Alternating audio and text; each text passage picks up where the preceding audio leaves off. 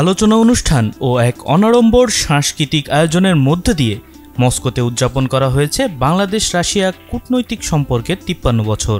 শুক্রবার সন্ধ্যায় মস্কোর ঐতিহ্যবাহী গোসনি দিভর হলে এই জমকালো আয়োজন করা হয়।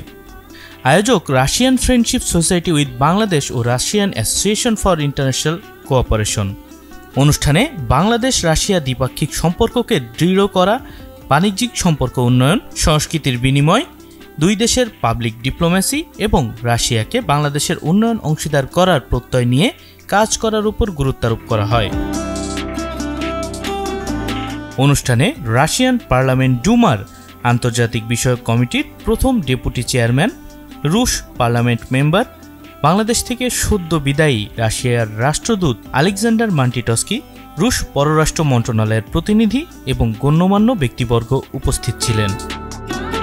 Desk report, channel 24।